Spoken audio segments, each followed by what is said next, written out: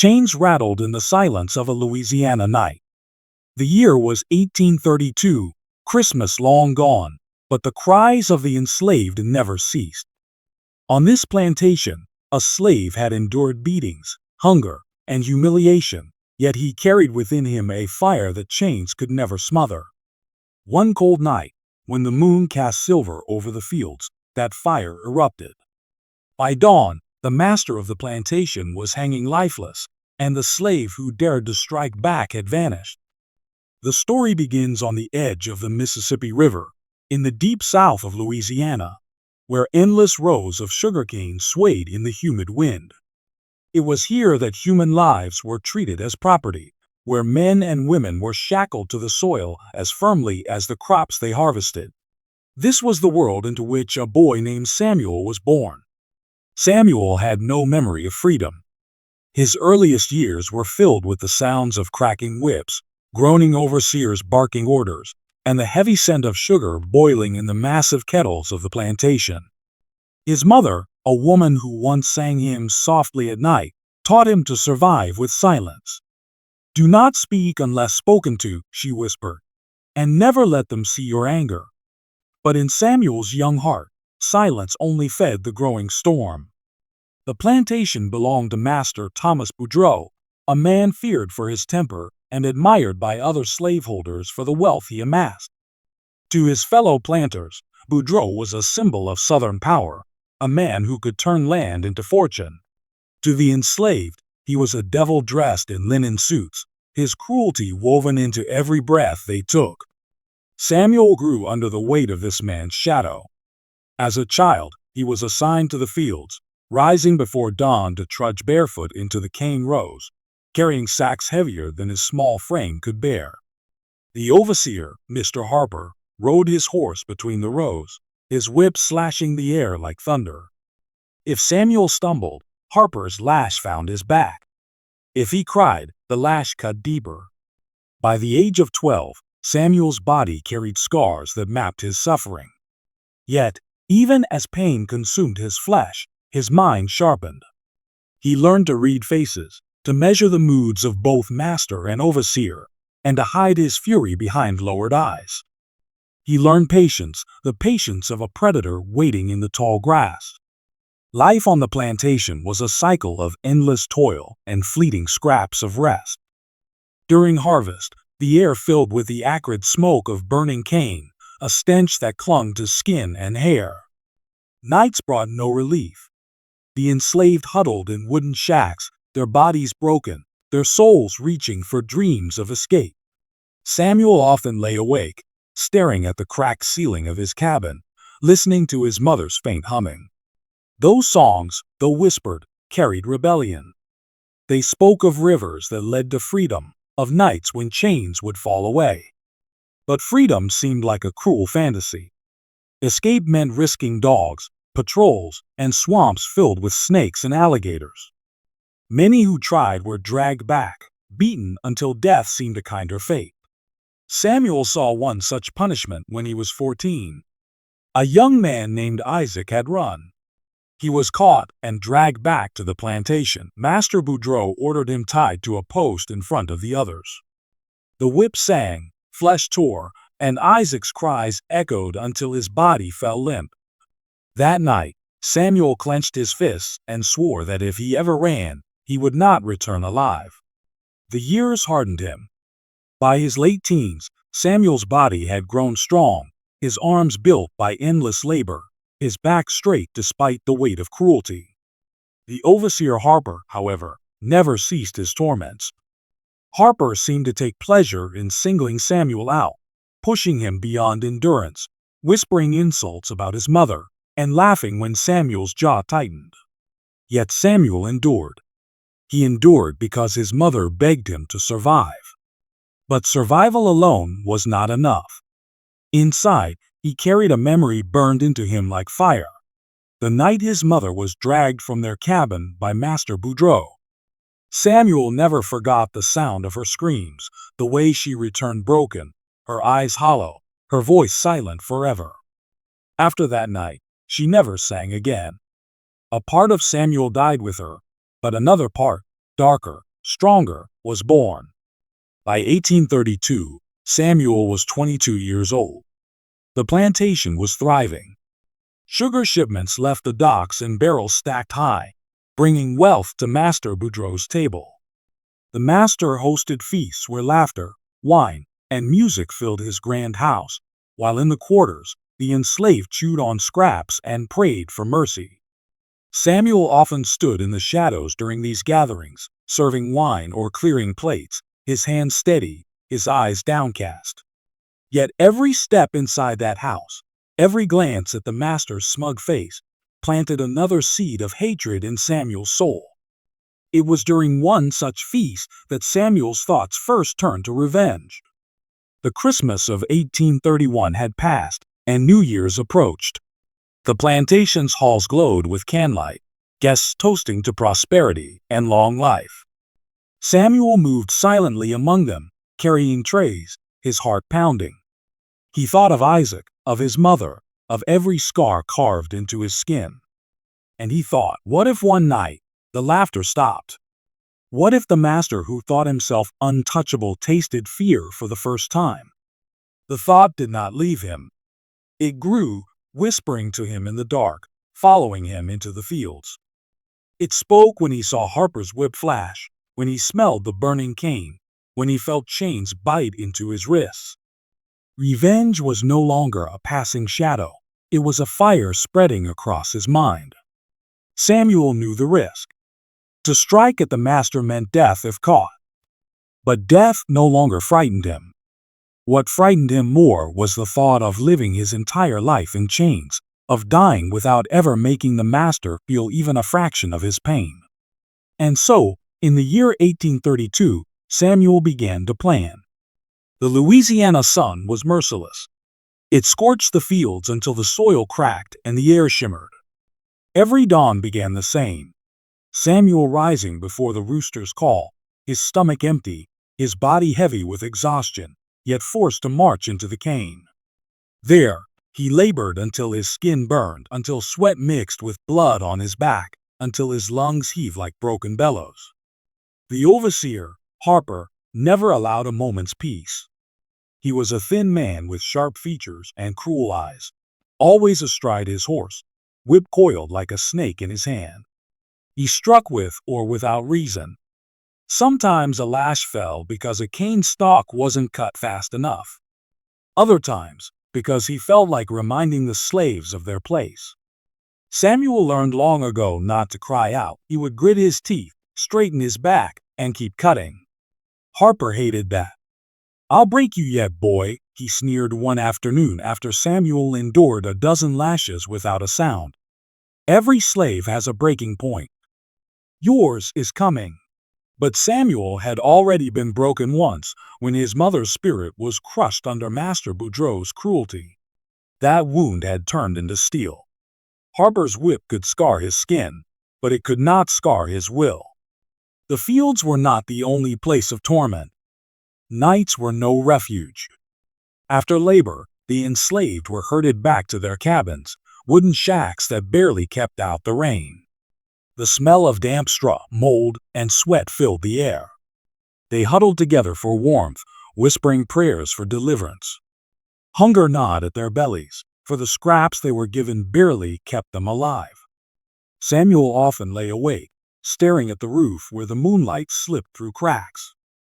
His thoughts churned. Around him, others snored or whimpered in sleep, but Samuel planned.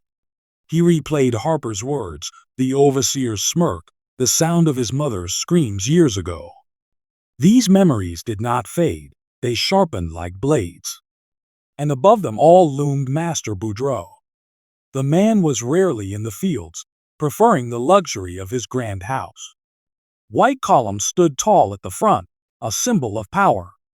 Inside, chandeliers glittered, fine carpets muffled footsteps, and the aroma of roasted meats filled the air during feasts. Samuel had glimpsed this world while serving at those gatherings, carrying wine for men who toasted to prosperity, while their prosperity was built on broken backs. The contrast was unbearable. The master ate until he could not move, while Samuel's people licked bones clean for scraps. The master's laughter shook the walls, while Samuel's people stifled sobs in the dark.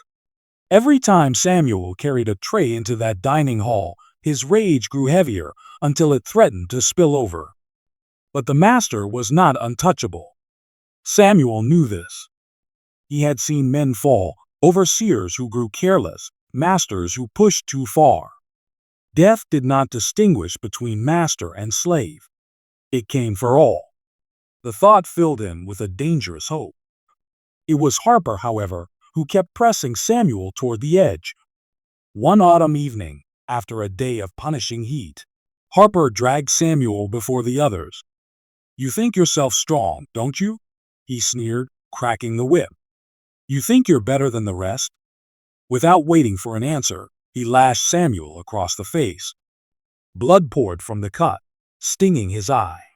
The others watched in silence, fear choking their voices. Harper raised the whip again, but this time Samuel caught the overseer's gaze. For a heartbeat, neither moved. Samuel's hands trembled, not from fear, but from the effort of holding back. He wanted to seize the whip, to crush Harper's throat with his bare hands. But he forced himself to look away, to bow his head. Harper laughed and struck again. That night, Samuel pressed a rag against the wound on his cheek. His reflection in a cracked piece of glass showed the truth. The whip had carved not just his skin, but his destiny. His patience was running out. The time for silence was ending. The cruelest moment came at Christmas of 1831. While the master's house erupted with music and laughter, the quarters were silent. Families huddled together in the cold, hungry, listening to the distant sounds of violins and clinking glasses. Samuel served at the feast, standing near the long table where the master and his guests gorged themselves. He moved like a shadow, pouring wine, clearing plates, never speaking. At one point, Master Boudreau, red-faced from drink, called Samuel forward. "Look at this one," he said to his guests, pointing. "Strong, isn't he? Good muscle in him. But no matter how strong they are, they're still mine. Still slaves." The table roared with laughter. Samuel bowed his head, but inside, his rage boiled. Later that night, he carried a tray of roasted meats back to the kitchen. He paused in the hallway, staring at the grand staircase. Candlelight flickered across the walls. His hand tightened around the tray until his knuckles turned white. For the first time, he whispered to himself, "One day, he will hang." That whisper became a vow. From that moment, Samuel began watching more carefully. He studied the routines of the master and the overseer. He noted when Harper patrolled the fields, when the master retired to his chambers, when the dogs were fed, when the guests had drunk too much to notice anything strange. Every detail mattered. Every detail was a piece of the puzzle. But with every passing day, the cruelty only deepened.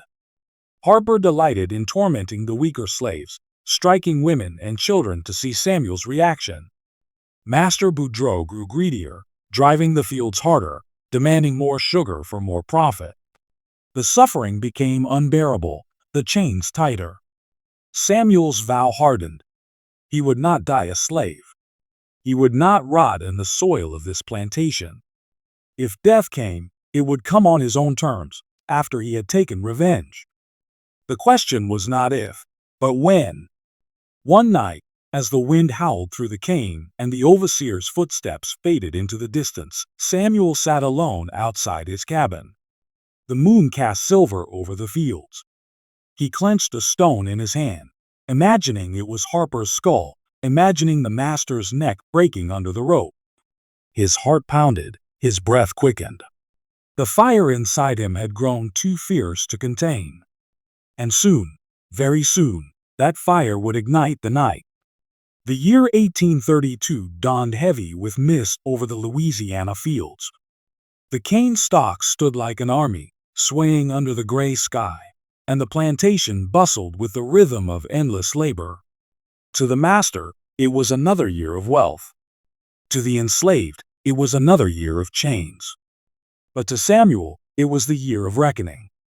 For weeks, his vow had haunted him. Each lash of Harper's whip, each mocking laugh of Master Boudreaux fueled the storm brewing in his chest. He no longer thought merely of survival. He thought of justice, of revenge, of making the earth tremble beneath the master's feet. The moment came on a night when the master celebrated with unusual excess.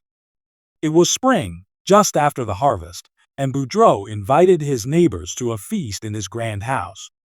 Candles glowed in every window, music spilled into the night, and the sound of laughter echoed across the fields. Samuel was summoned, as always, to serve. Inside the house, the air was thick with roasted meats, tobacco smoke, and spilled wine. Samuel moved silently, his tray balanced, his eyes cast downward. But his ears caught everything: the master's drunken boasting, Harper's cruel jokes, the clinking of glasses. He felt the weight of every insult pressing against him, suffocating him. Then Boudreaux, flushed with wine, clapped Samuel on the shoulder.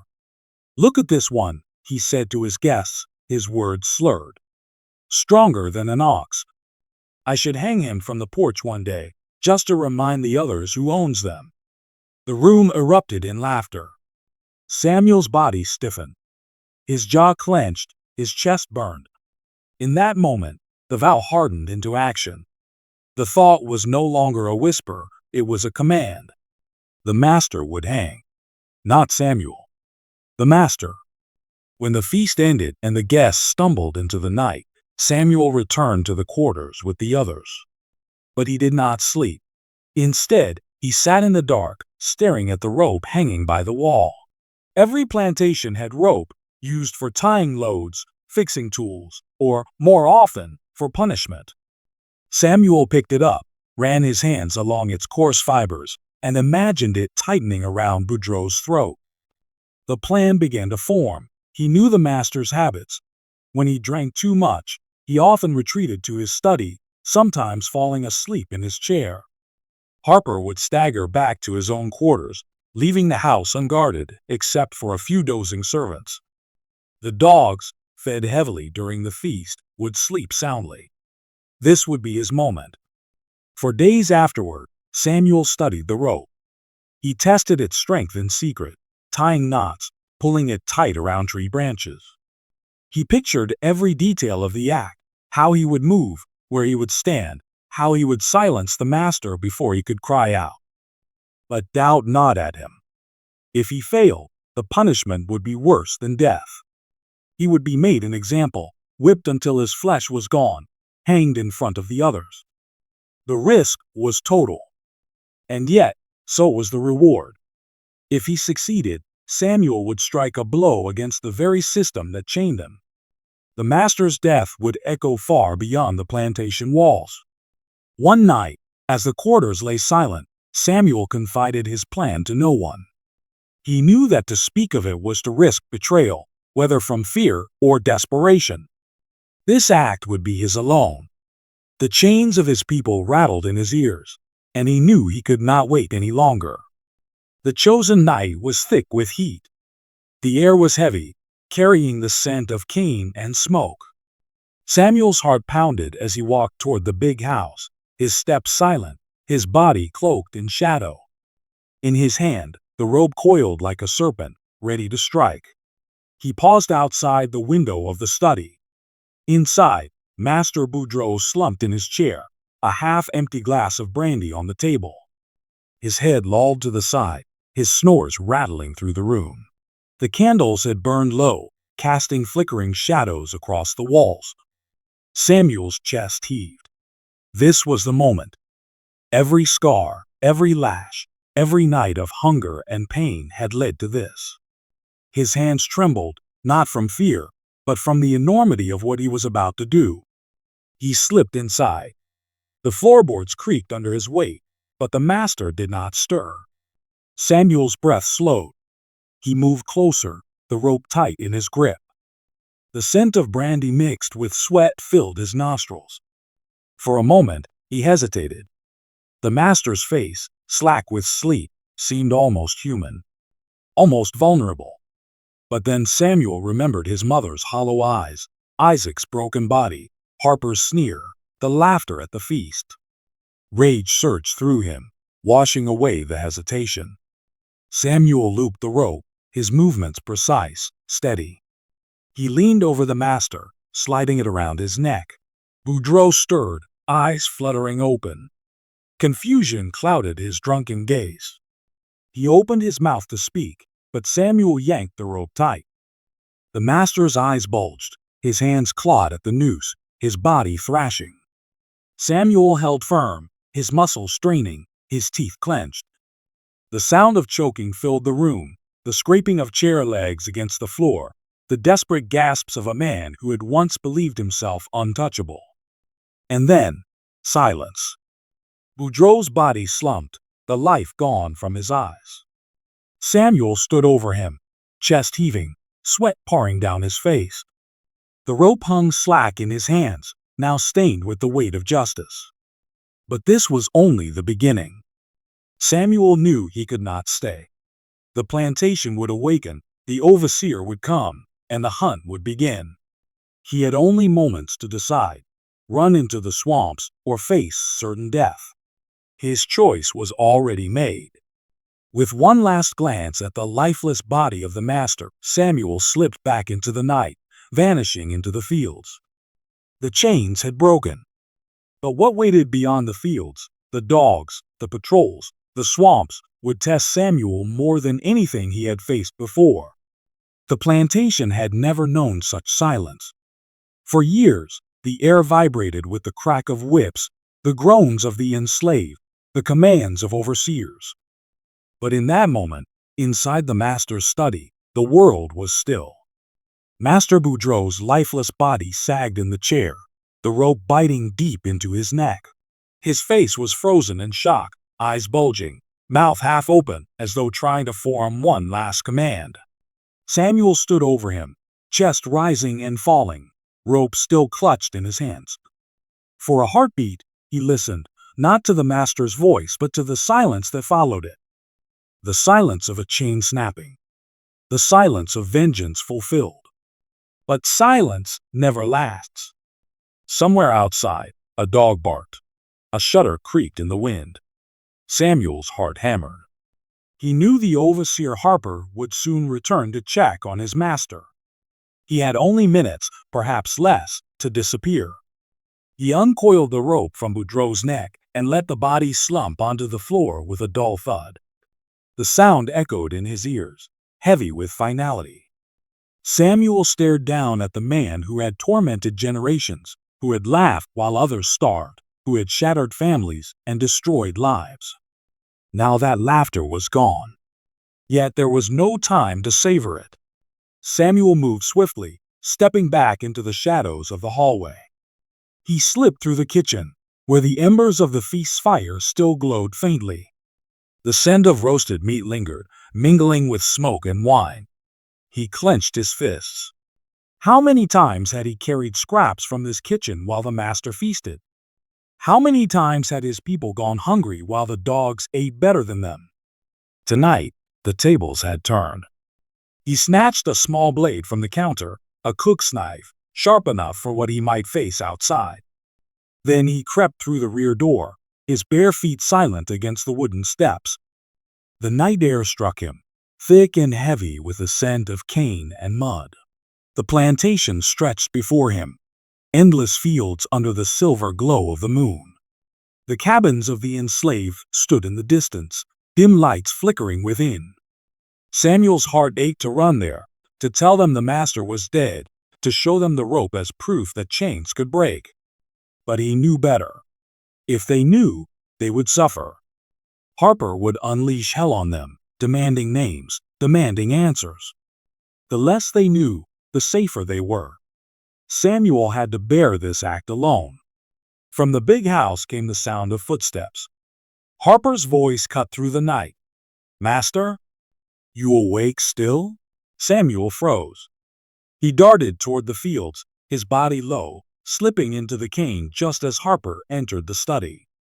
A moment later, a scream tore through the air, a scream of horror, of disbelief. "Master!" "No!" The cry echoed across the plantation, followed by frantic shouts. Lights flared in the house, doors slammed, dogs began to howl. The overseer's voice rang out. "He's dead. Find the slave. Find him." Samuel's blood surged. The hunt had begun. He sprinted deeper into the cane, the stalks whipping against his arms and legs. His breath came ragged, his muscles burned, but he did not stop. Behind him, the plantation erupted in chaos. Shouts of men, barking dogs, the crack of rifles being loaded. The swamp was his only hope. Beyond the fields lay miles of dark, tangled marshland, a place feared even by the whites. The swamps were alive with snakes, gators, and quicksand, but they were also a shield. If Samuel could reach them, he might vanish.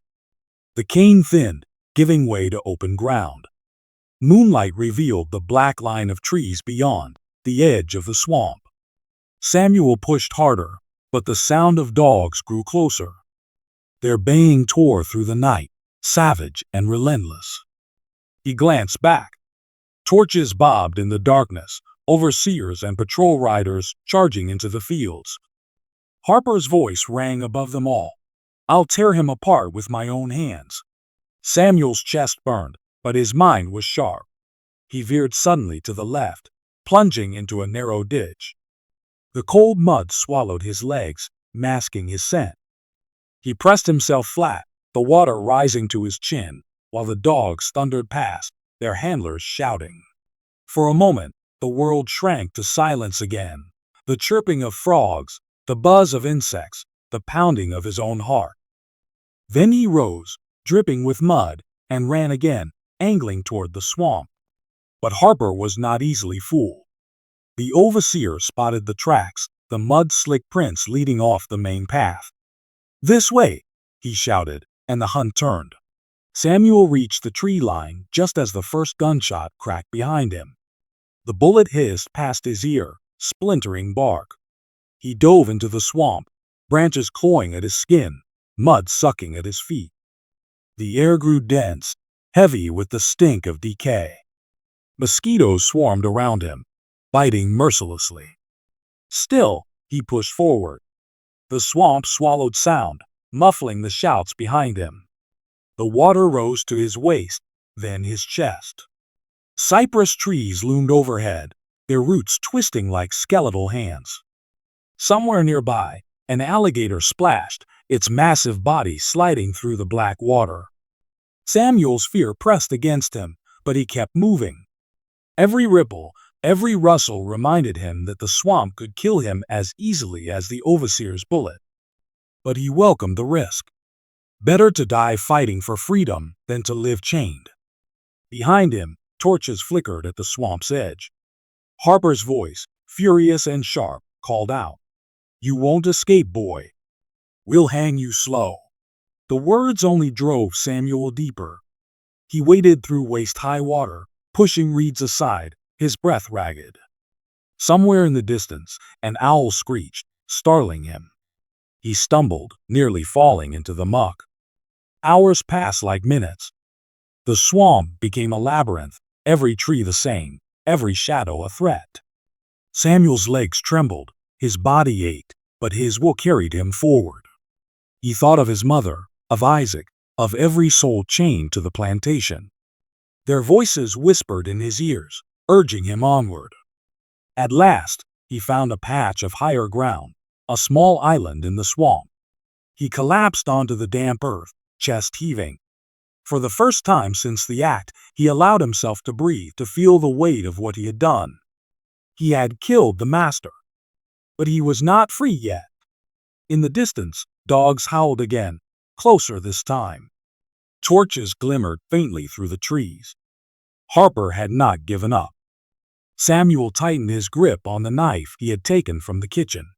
If they found him here, he would fight until his last breath. He would never let them take him back alive. The night deepened. The swamp closed around him, dark and endless. Samuel's eyes burned with exhaustion, but his spirit blazed with defiance. He had struck the unthinkable blow. He had hanged the master. And though the world now hunted him, he carried within him a truth that could never be chained. The master was mortal, and the enslaved could rise. The climax of his story was not just in the act of killing, but in the fire it lit, a fire that would echo in whispers across cabins, fields, and swamps. A fire that no overseer's whip could extinguish. Samuel closed his eyes for a moment, listening to the swamp's eerie chorus. Freedom was still distant, but it was no longer a dream. It was a path, hidden in the darkness, waiting for him to follow. What happened next would determine not just his fate, but his legacy. The plantation did not sleep that night. Torches burned through the darkness, their orange flames flickering against the black swamp. Voices shouted Samuel's name, dogs howled and splashed through the marsh, and the overseer Harper raged louder than the storm. The master's body had been discovered, ropes still biting into his neck. For the first time, the Boudreaux plantation was leaderless, trembling under the weight of its own fear. In the big house, panic spread among the guests and family. Some wept, others demanded vengeance. "Find the slave," they cried. "Hang him, tear him apart, make him an example." To them, it was not just the death of one man, it was an attack on their world, their power, their belief that slaves were nothing but property. If one man could strike back, what might others do? Harper took command. His eyes burned with fury, his voice sharp as a whip. "We'll scour every inch of this swamp," he swore. "He can't run forever." Riders fanned out, torches bobbing like fireflies in the night. The dogs, muzzles wet with swamp water, bayed as they picked up faint trails. But Samuel was clever. He moved like a shadow through the cypress trees, slipping into water when the hounds drew near, covering his scent with mud, listening to the swamp itself as if it guided him. Every step was agony, his muscles torn, his body starved, his spirit stretched thin, but he pressed on. He had not come this far to be dragged back. At dawn, Harper's men found only broken trails, footprints that vanished into quicksand, snapped branches that led to nowhere. The swamp swallowed its secrets. Days passed. The search grew desperate. Some whispered that Samuel had drowned, others that the gators had claimed him. Harper refused to believe it. "He's out there," he snarled. "I'll see his body hang if it's the last thing I do." But Samuel was gone. Some said he reached the river, where kind hands guided him onto a boat bound north. Others whispered he moved from plantation to plantation, unseen, a ghost slipping through the night to strike again. Still others believed he never left the swamp, that he became part of it, a spirit haunting the land where he had broken his chains. Back on the plantation, the aftermath was brutal. Harper, furious at his failure, turned his wrath on the enslaved. Men were whipped until their backs were raw, women dragged from cabins and interrogated, children terrorized in front of their parents. Who helped him? Harper demanded. Who knew? But the enslaved remained silent. Not one voice betrayed Samuel. The punishments left scars, but they also left something Harper could not see: hope. For in the shadows of the cabins, whispers spread like wildfire. Samuel had done the unthinkable. He had hanged the master with his own rope, struck down the man who claimed to own him. Chains rattled, but now they rattled differently. They rattled with possibility. At night, mothers rocked their children and whispered Samuel's name as a lullaby. Men gathered quietly after the overseer's patrols and spoke of him as if he were already a legend. He showed them, one would say. He showed them we are not beasts. We can fight back. Even those who had once feared rebellion felt the spark. Samuel had not freed them all, but he had proven that the master could bleed, that the master could fall. And so his act lived on. Years later, when travelers spoke of uprisings and runaways, Samuel's name would surface in hushed tones. The slave who hanged his master in Louisiana, 1832. Some claimed he escaped to freedom, living under a new name, perhaps even raising a family in the North. Others swore they saw him deep in the swamps, his eyes glowing like fireflies, guiding the lost toward freedom. The truth may never be known, but what mattered was not the ending, it was the message. The master's death shook the very foundations of the plantation. His wealth, his power, his cruelty, all of it crumbled in a single night. The rope that once symbolized punishment now symbolized justice. And Samuel, whether alive or gone, carried the spirit of rebellion into every chain that clinked, every lash that struck, every prayer whispered in the dark. History often remembers the powerful, the masters, the overseers, the men with money and land. But sometimes, history is rewritten by those who had nothing but courage. Samuel was one of them. His hands were calloused, his back scarred, his belly often empty. Yet in the moment that mattered most, he stood taller than any master. Imagine the silence of that study, the master's eyes wide, the rope cutting deep, the candlelight flickering as his empire collapsed. Imagine the sound of Samuel's footsteps fading into the night, carrying not just his own hope, but the hope of all who were chained. The plantation tried to bury his story under fear and blood, but stories like his cannot be buried. They grow stronger in the telling. They travel through songs, through whispers, through time itself. And so we end where we began, with a slave and his chains. Chains that rattled in the night, chains that cut into his flesh, chains that seemed unbreakable. Until one night, when Samuel turned those chains into fire. He did not die a slave. He lived, at least for one night, as something greater, an echo of freedom, a spark of rebellion, a reminder that even in the darkest night, the oppressed can rise. And though the swamp swallowed his footsteps, his legacy still walks with us, whispering through the cane fields, reminding us of the night a slave hanged his master in Louisiana, 1832.